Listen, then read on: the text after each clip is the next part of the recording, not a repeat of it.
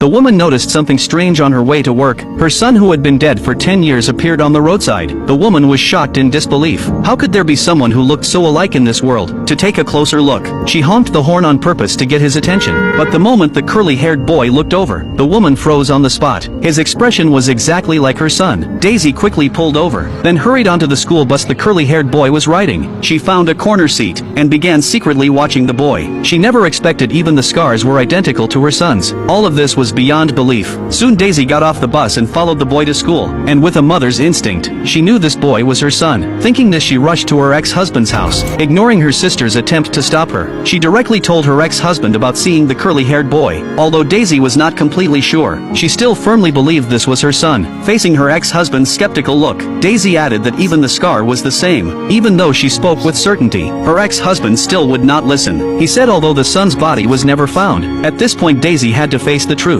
Hearing this, Daisy helplessly walked out the door, but she did not give up. Instead, she went to the police for help, saying someone kidnapped her son. But after listening, the police pulled out old records, saying even without finding the body, the evidence was enough to close the case. Seeing Daisy would not let go, the police had no choice but to agree to keep investigating. But Daisy knew they were just brushing her off. She realized she had to rely on herself, so she planned to uncover the truth on her own. Soon Daisy went to the boys' school to keep watch. When the boy walked out after class, Daisy rushed forward wanting to ask questions, but suddenly the boy's father came to pick him up. Daisy quickly turned away, to keep the father from noticing anything unusual. Then Daisy followed the father and son to a villa. She took photos with her phone to note the address, and began searching on her own. First, Daisy pulled out old photos with her son. She cut her hair short to look like she did in the pictures. Later she found out the boys' school was hiring teachers. She thought it was the perfect chance to get closer to the boy, so she immediately applied for an interview. Luckily Daisy was best at teaching music. Before long she got the job, and became the boy's teacher. Soon Daisy learned the boy had grown up without a mother, living only with his father.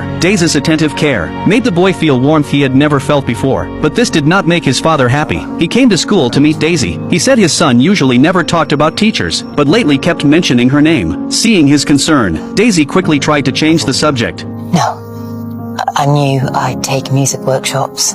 Daisy said the boy should focus on developing his musical gift, but his father felt it was a waste of study time, so he rejected Daisy's suggestion. But Daisy would not give up so easily. That night she went straight to the boy's house. Before the father could object, Daisy walked inside. The man suddenly felt uneasy. He looked around to make sure no one was nearby. By then Daisy had entered the boy's bedroom. She saw her son playing piano with focus, so the father did not press further. But Daisy noticed something. There were no childhood photos of the boy, and even the boy did not know why. He guessed it might be because his dad's job kept moving them, and the photos got lost. But Daisy thought differently. She believed it was not that simple. Then Daisy walked into the bathroom.